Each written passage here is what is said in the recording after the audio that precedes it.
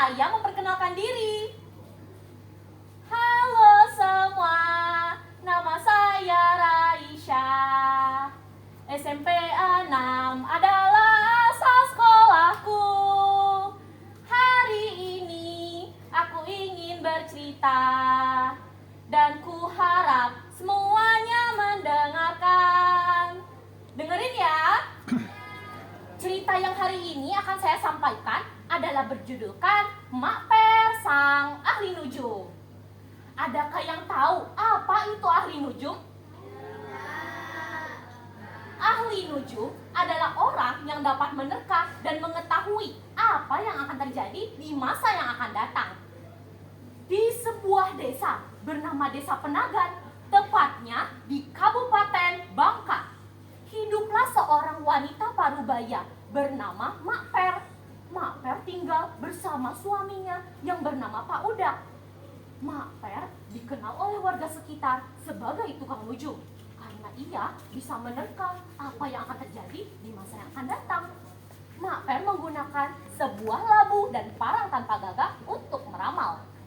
Berita tentang Mak Per yang dapat meramal ini pun terdengar hingga ke telinga seorang raja dari kota Kapur. Sang raja berniat untuk menguji kemampuan dari Mak Per.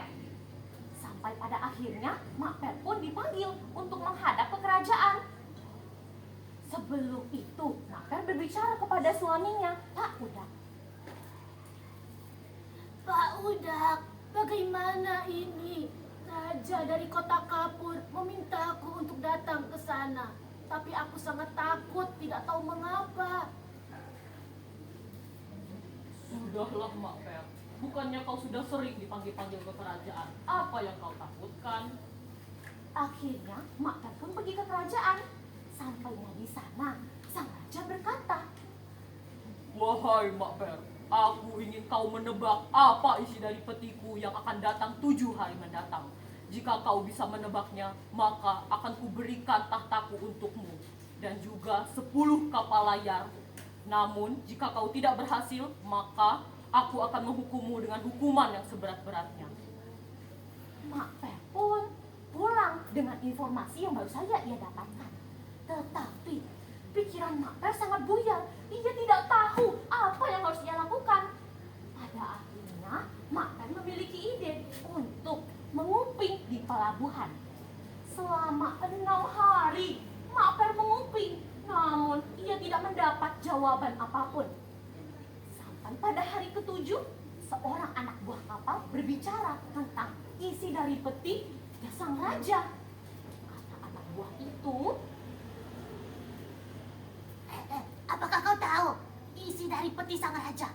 Isinya adalah seekor ayam berbulu putih, berbalung merah, dan berkaki kuning.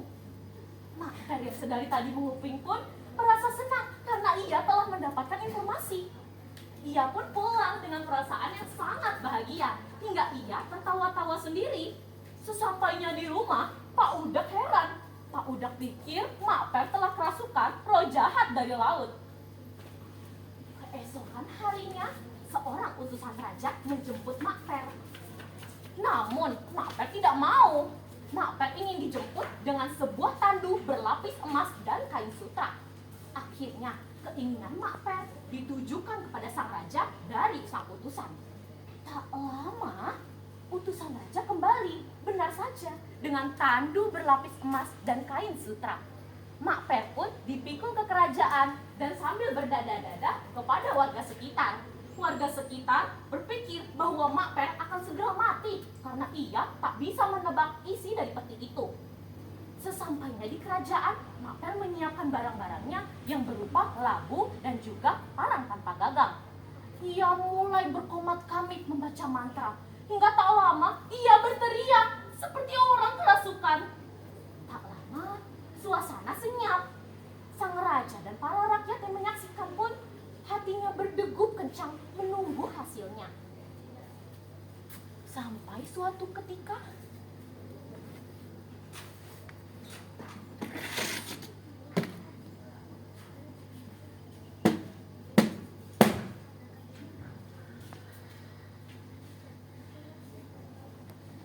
Isi dari peti ini adalah seekor ayam berbulu putih, berbalung merah, dan berkaki kuning.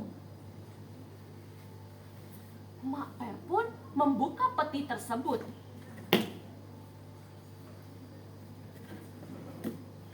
Benar saja, isinya adalah seekor ayam berbulu putih, berbalung merah, dan berkaki kuning. Sesuai janji sang raja, Mak Per pun dihadiahi 10 kapal layar beserta pergantian tahta. Namun, karena Mak Per adalah orang yang baik, maka ia hanya meminta harta sebagai gantinya. Mak Per dan Pak Udak pun menjadi orang paling kaya raya di desa Penagan dan juga hidup bahagia selamanya. Nah teman-teman, adakah yang tahu apa pesan moral dari cerita yang baru saja saya sampaikan? Pesan moralnya adalah, janganlah kamu bersikap sombong dengan menguji kemampuan orang lain. Jadilah rendah hati agar kamu hidup bahagia selamanya.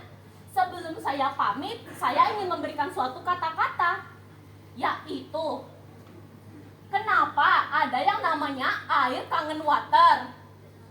Karena kalau kangen kamu, itu aku. Sekian dari cerita yang dapat saya sampaikan. Maafkan saya apabila ada kesalahan kata ataupun kalimat yang saya sebutkan. Dengan ini saya akhiri. Wassalamualaikum warahmatullahi wabarakatuh.